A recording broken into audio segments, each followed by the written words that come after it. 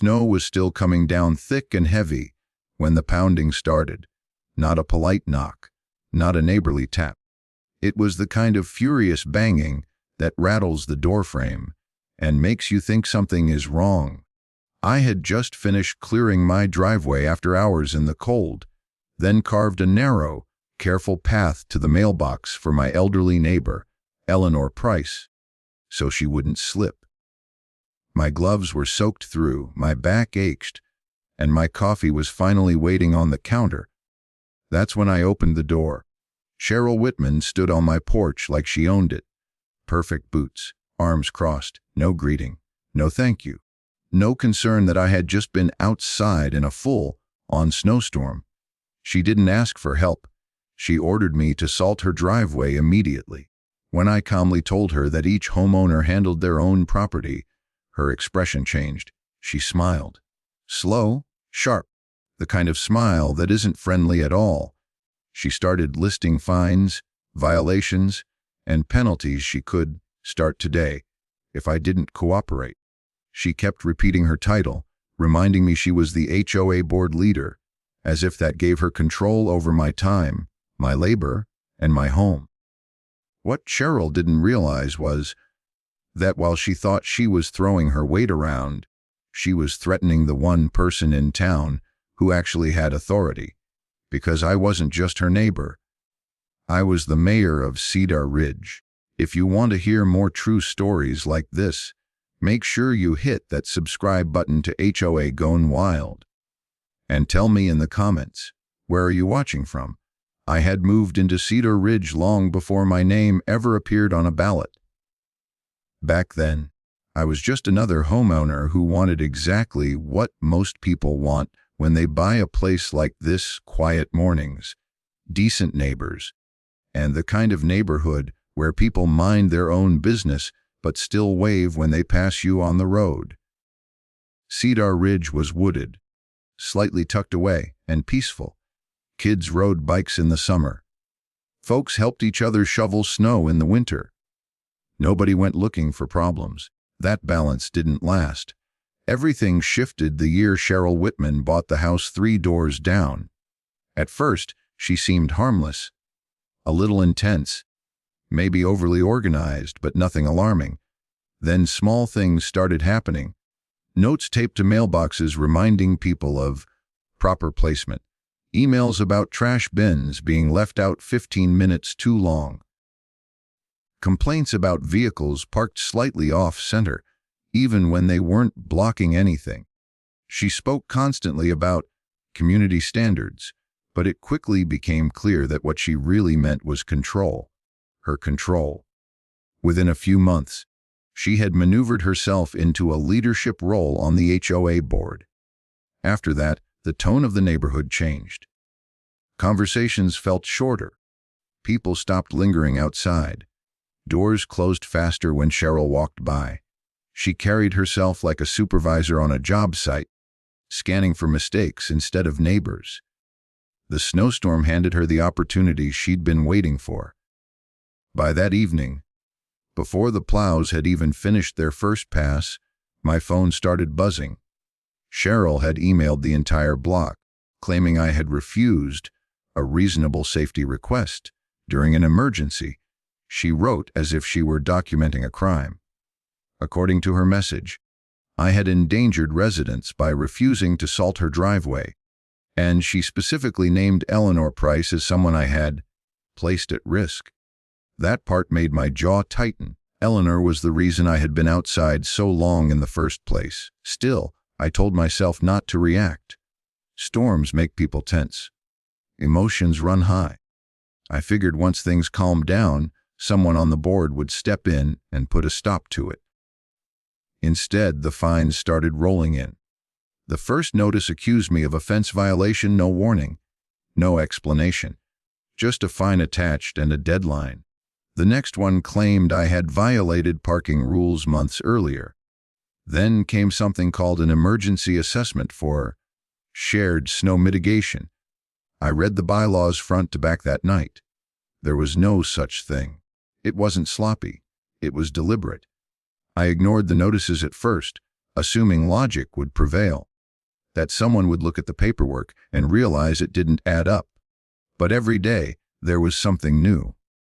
Another email, another warning, another reminder of how much authority Cheryl believed she had. Neighbors began reaching out quietly. One family told me they were afraid to push back because Cheryl had threatened daily fines. Another admitted they paid penalties they knew were wrong just to make her leave them alone. Eleanor called me one afternoon, her voice shaking, asking if she had done something wrong because Cheryl had mentioned her name again. That's when I realized this wasn't about snow. It was about power. Cheryl wasn't enforcing rules. She was testing limits, seeing how far she could push before someone stopped her. And the more resistance she didn't face, the bolder she became. She started speaking for the HOA as if it were her personal authority, blurring the line between suggestion and command, between policy and intimidation.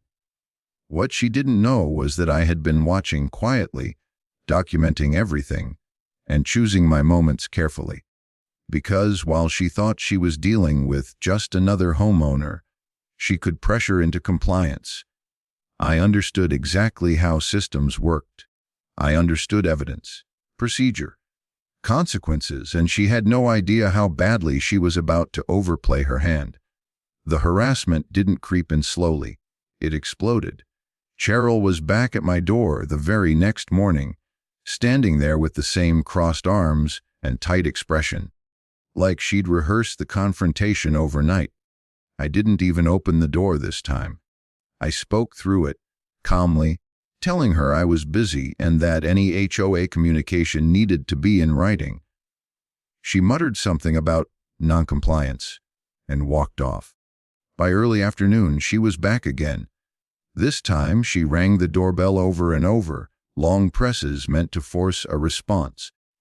When I finally opened the door, I told her plainly not to come back onto my property. No yelling, no insults, just a clear boundary. She laughed, actually laughed. Then she told me she had HOA authority to inspect violations whenever she deemed it necessary, and that refusing her could be considered another offense. She said it like she was quoting law, not guessing. That was the exact moment it clicked for me that Cheryl didn't just enjoy control. She genuinely believed the HOA outranked everything else, including basic property rights, including the law. After that, she stopped showing up in person and started calling City Hall.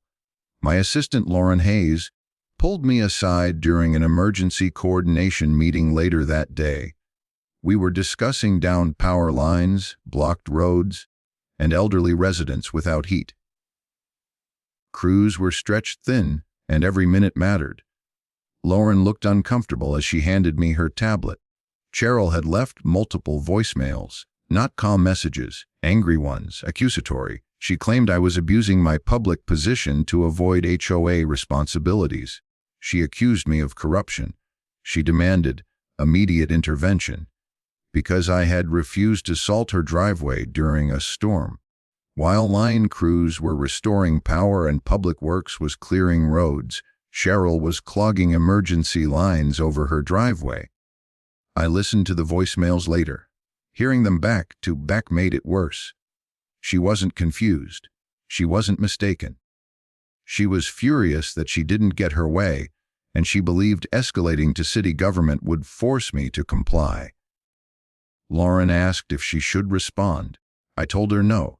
That silence seemed to drive Cheryl even further.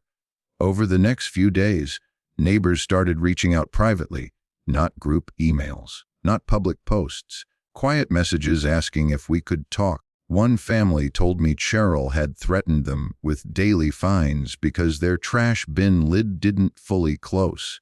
Another said she accused them of violating parking rules even though their car hadn't moved in weeks.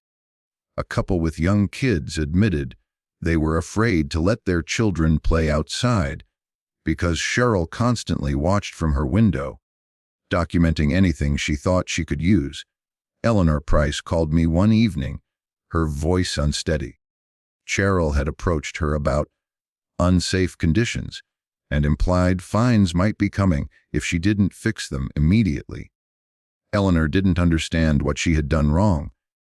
She kept apologizing, even though she had done nothing. That call stayed with me. What bothered me most wasn't the fines or the threats. It was how Cheryl operated. She never addressed people publicly where her claims could be challenged. She cornered them privately, leaned on fear, and framed everything as inevitable. Pay now, comply now, or it will get worse. And it was working. People were scared, not because the HOA had real power, but because Cheryl acted like she did. She spoke with certainty.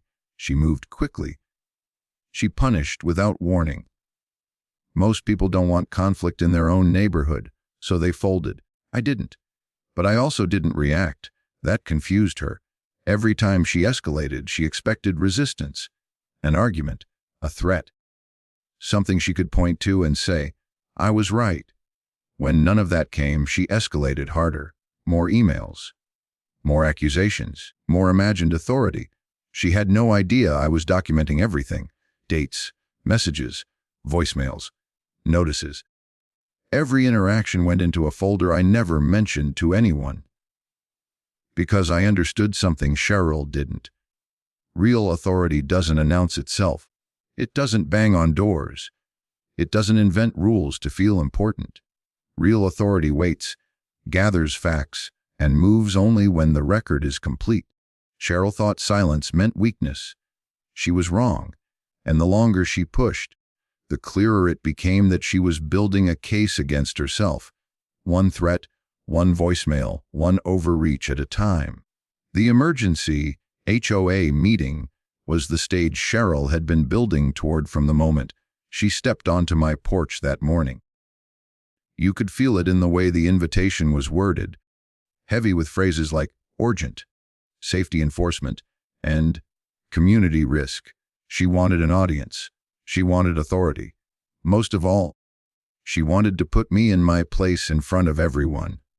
The meeting opened with her already talking. She didn't name anyone at first.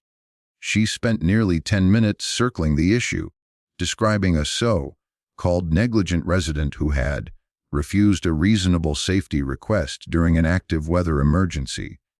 She talked about liability, lawsuits, insurance. Her voice rose and fell dramatically, pausing just long enough to make sure everyone was listening. Then she said my name. She paused after it, the way people do when they expect a reaction. Gasps, nods, agreement, something. Instead, the screen stayed quiet. No one jumped in to back her up. No one rushed to condemn me. The silence stretched long enough that Cheryl shifted in her chair. Then the questions started, and they didn't go the way she expected. One neighbor asked why a private homeowner was being ordered to perform labor on someone else's property. Another wanted to know why fines had been issued without written warnings. Someone else asked why Eleanor Price, an elderly woman who could barely manage her front steps, had been mentioned in an enforcement email the same day I helped her. Cheryl tried to redirect, talking over people, insisting she was acting within her authority. But the mood had shifted. This wasn't a lecture anymore. It was an interrogation. That's when I joined the meeting. I didn't interrupt. I waited until there was a pause, then turned on my camera and greeted everyone calmly. I confirmed who I was, stated that I was the resident being discussed, and said I wanted to clarify a few facts. Cheryl froze. I explained, plainly, that I had never refused help to a neighbor in need. I had refused to perform mandatory labor under threat. I then informed the group that every interaction Cheryl had with me was recorded on my doorbell camera, including her threats of fines and retaliation. Her face changed instantly. The confidence drained out of her expression, replaced by something tighter and sharper. She tried to cut me off, saying recordings were irrelevant and possibly illegal. That was when Daniel Brooks, the regional HOA oversight chair who had quietly joined the call, finally spoke. He asked Cheryl to stop. Daniel requested that I send the footage directly to him and asked Cheryl to provide the bylaw citations that authorized her actions. She stumbled through an explanation, referencing vague sections about general welfare and emergency authority. Daniel wasn't impressed. He explained, calmly and clearly, that HOA authority did not include compelling private labor, issuing fines without notice, or targeting residents outside established procedures. Then he announced that Cheryl's enforcement powers were suspended pending a full review. The room went quiet again. This time Cheryl reacted. She raised her voice, accusing Daniel of undermining safety and claiming the board was being manipulated. She insisted the neighborhood would fall into chaos without her oversight. She spoke faster, louder, piling accusation on top of accusation as control slipped through her fingers. Neighbors pushed back openly now. People shared their own experiences. Fines that appeared overnight, threats delivered verbally instead of in writing, rules enforced selectively, always by Cheryl, always without appeal. Daniel took notes. He reminded everyone that the HOA existed to serve the community, not intimidate it. He confirmed that all recent fines would be frozen immediately and reviewed individually. He instructed Cheryl to cease all enforcement actions effective immediately. That was the moment she lost it. She accused the board of betrayal, claimed residents were conspiring against her, said I was using my position to silence her, even though I had barely spoken compared to her. She ended the meeting abruptly, logging off without another word. The call stayed open. People lingered. Some apologized for not speaking up sooner. Others thanked me quietly. Eleanor's daughter spoke for her, saying how frightened she'd been by the threats. I didn't feel victorious. I felt something else, relief, because the truth was finally in the open and Cheryl no longer controlled the room. The system she thought she owned had turned on her, not out of spite, but because she had forced it to look closely at what she was doing. Control had been her armor, and the moment it cracked, everything underneath was exposed. Losing her HOA authority didn't make Cheryl back down. It just forced her to change tactics. When she could no longer fine people or threaten enforcement, she went after something else instead. The story. Within days of the meeting, a post appeared on a small local blog that barely anyone read unless something controversial popped up. This time, it did. The headline implied corruption without saying it outright. According to Cheryl, I was using my role in city government to retaliate against her neighborhood by delaying projects and punishing residents who didn't fall in line. It was carefully written, vague enough to avoid specifics, emotional enough to spark suspicion. For a brief moment it worked. People started asking questions. Not accusations, exactly, but uncertainty. A few emails came into my office asking whether a road project in our area had been delayed. Others wondered aloud why Cedar Ridge seemed to be mentioned so often in budget discussions. Cheryl counted on that doubt. She didn't need to prove anything. She just needed to muddy the water. I didn't respond publicly. Instead, I reached out to someone I trusted. Megan Collins was a reporter with a reputation for doing things the hard way. She didn't chase drama. She chased records.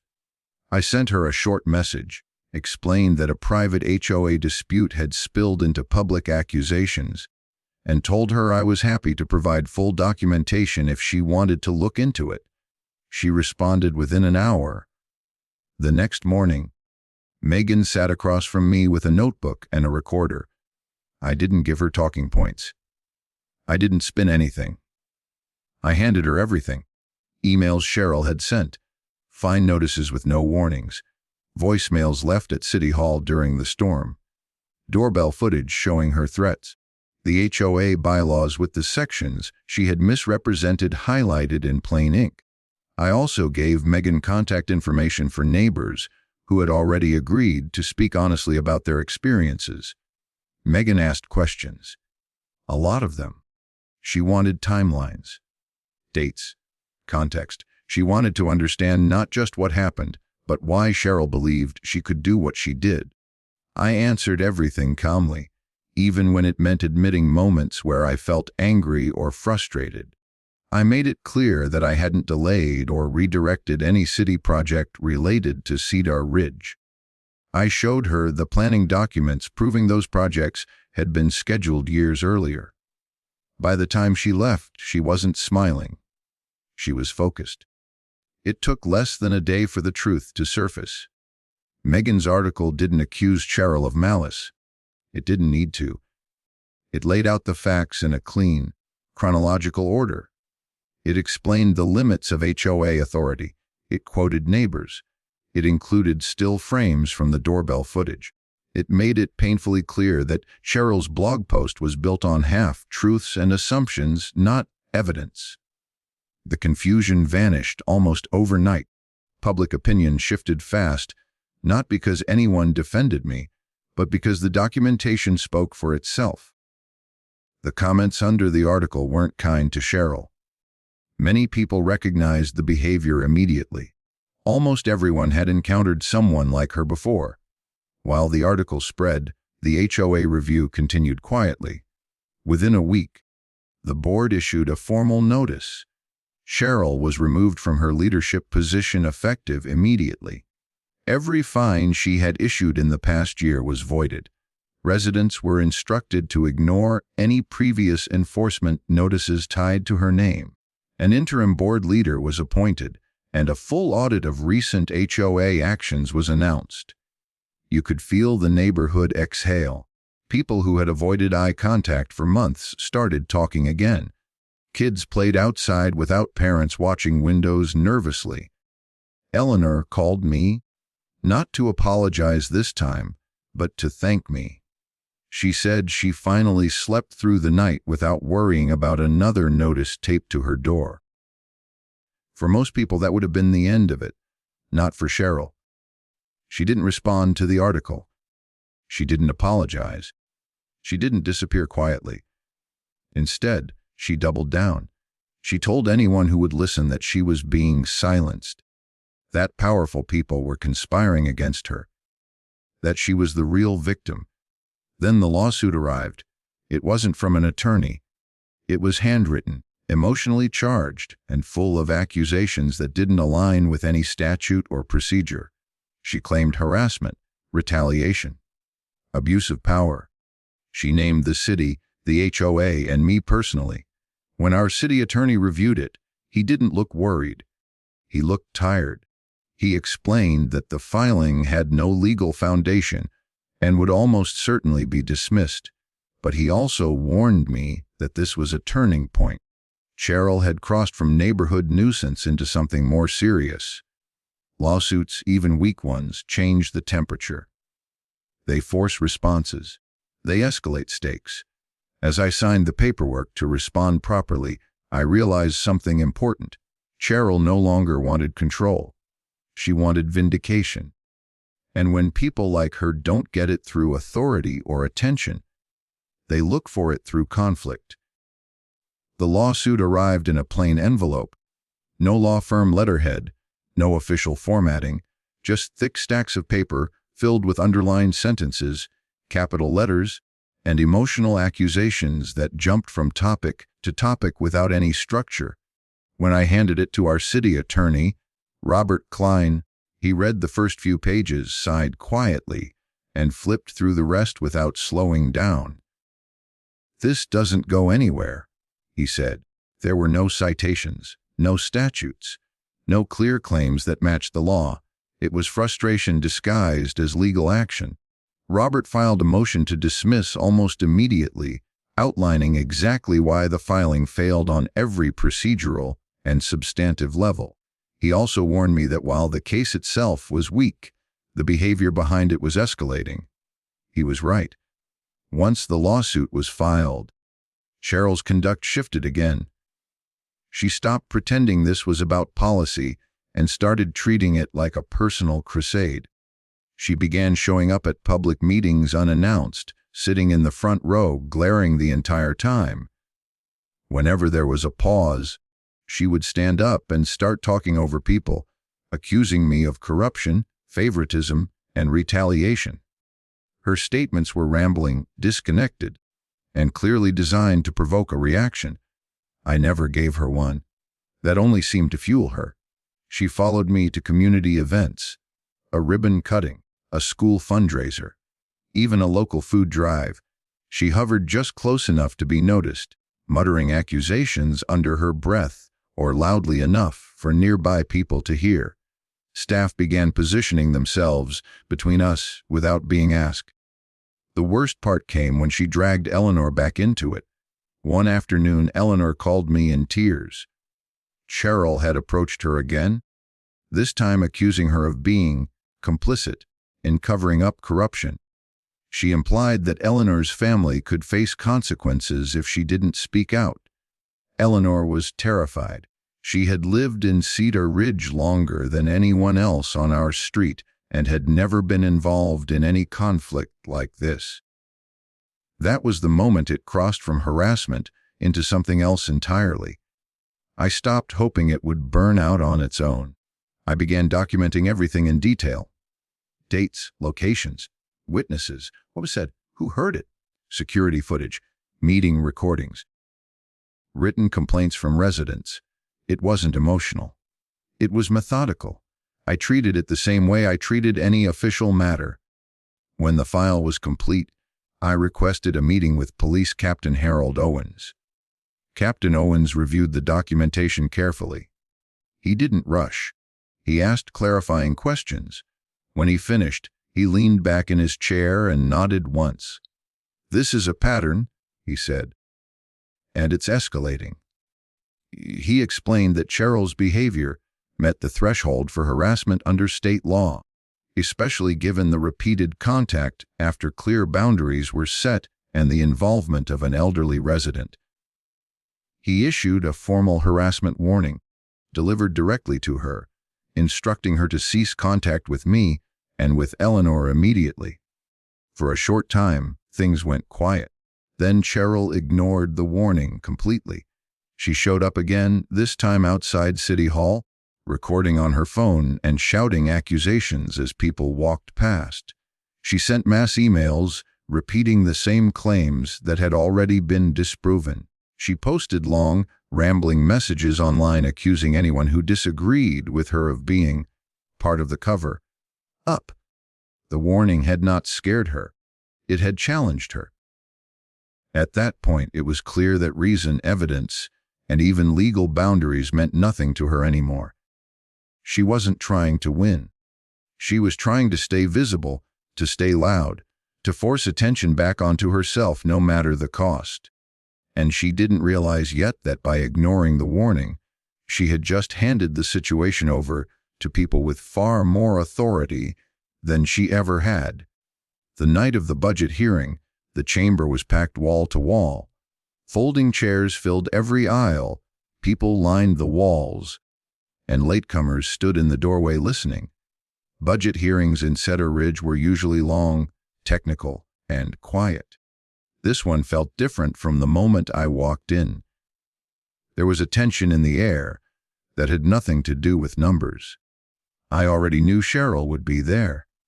She sat in the front row, arms crossed, jaw tight, eyes locked on me like she was daring me to look away. As we moved through the agenda department by department, she grew more restless. Papers shuffled. Sighs grew louder. When the infrastructure section finally came up, she stood before anyone could even call for public comment. She didn't wait to be recognized. She pointed straight at me and accused me of using tax policy as revenge. She claimed the proposed road repairs and drainage upgrades in her area were punishment for standing up to me. She said I was targeting her neighborhood financially because she had exposed corruption. The room murmured. Then something happened she clearly hadn't prepared for. A man from her own street stood up. He introduced himself, stated his address, and said the roads in their area had been falling apart for years. He supported the project and said it was overdue. Then another resident stood, and another. Families, seniors, people Cheryl had fined and intimidated. One by one, they spoke calmly and clearly in favor of the plan. They didn't defend me. They defended the truth. Cheryl's face reddened as the support stacked up against her narrative. When it was her turn again, she ignored the chair, raising her voice, talking over people, accusing speakers of lying. She refused to sit down when asked. The chair warned her. She waved it off. Security approached. Cheryl pulled away and shouted louder, insisting she had the right to speak, that everyone else was part of a conspiracy. When security tried again, she resisted, twisting away and yelling accusations that echoed through the chamber. The room went silent as officers stepped in. She was escorted out in handcuffs. No cheers. No applause. Just a heavy stillness as everyone processed what they had just seen. The meeting resumed, but the mood had changed.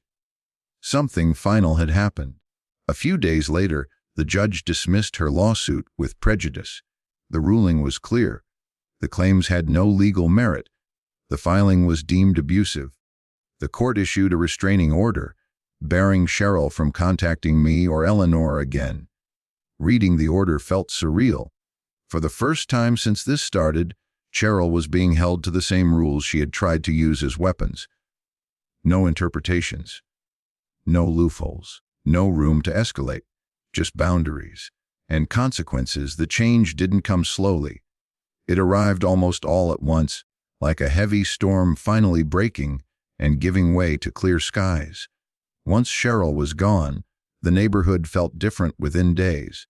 People who had kept their heads down for months started stepping outside again.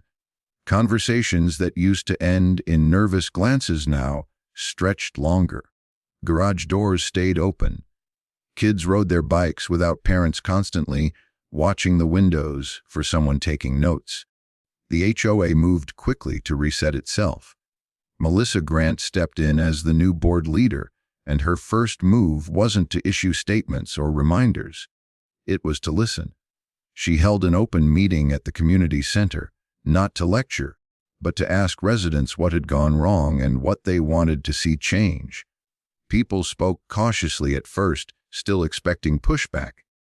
When none came, they relaxed. Melissa made it clear that fines would no longer be the first response. Conversations came first. Written warnings came second. Actual penalties were a last resort, and only with clear documentation. She published the bylaws in plain language and invited residents to ask questions without fear of retaliation. The fear that had quietly ruled the neighborhood dissolved. At the same time, the infrastructure project moved forward exactly as planned. Crews resurfaced the roads that had been cracking for years. Drainage issues that flooded basements every spring were finally addressed. Sidewalks were repaired and made safer for seniors and kids alike. What Cheryl had framed as punishment became proof that the project had always been about improvement, not revenge. As the work finished, something unexpected happened. Property values rose, not because of politics or publicity, but because people wanted to live there again. The neighborhood felt welcoming instead of tense. New buyers noticed. Longtime residents felt proud instead of wary. Eleanor Price was at the center of it all, whether she realized it or not. When Melissa suggested a block party to mark the end of the construction, Eleanor insisted on helping. She baked cookies the way she always had, filling her kitchen with warmth and the smell of sugar and butter. Neighbors stopped by to check on her, some for the first time in months. She smiled more. She laughed more. She wasn't looking over her shoulder anymore. The block party itself was simple. Folding tables, paper plates, kids running around with sticky fingers. People talked about normal things again.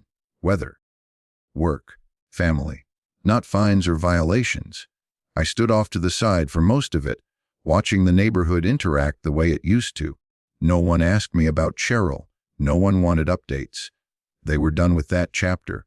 And so was I. The most satisfying part wasn't the arrest or the court order or the public reversal. It was the quiet return to normalcy, the absence of tension, the realization that intimidation only works as long as people believe it does. When the sun set and people started packing up, Eleanor pressed a cookie into my hand and thanked me, not for defending her, but for listening. She said the neighborhood finally felt like home again.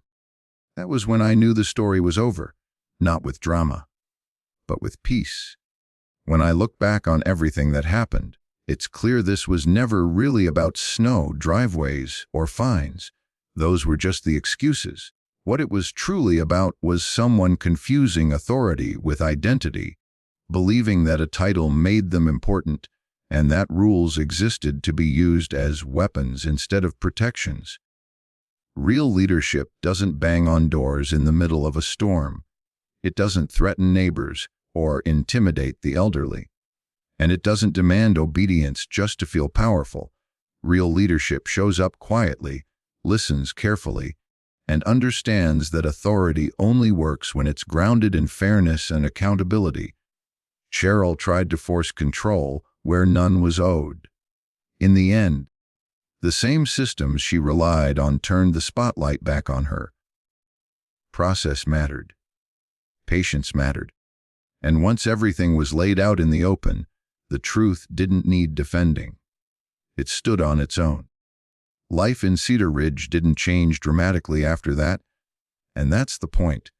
I still live in the same house. I still clear my driveway when it snows. I still help my neighbors when they need it. There's no tension when someone walks past, no fear of a notice taped to a door. Just quiet, normal days again. The neighborhood didn't need a hero. It just needed someone willing to draw a line and let the system do what it's supposed to do. If you want to hear more true stories like this, make sure you hit that subscribe button to HOA Gone Wild. And tell me in the comments, where are you watching from?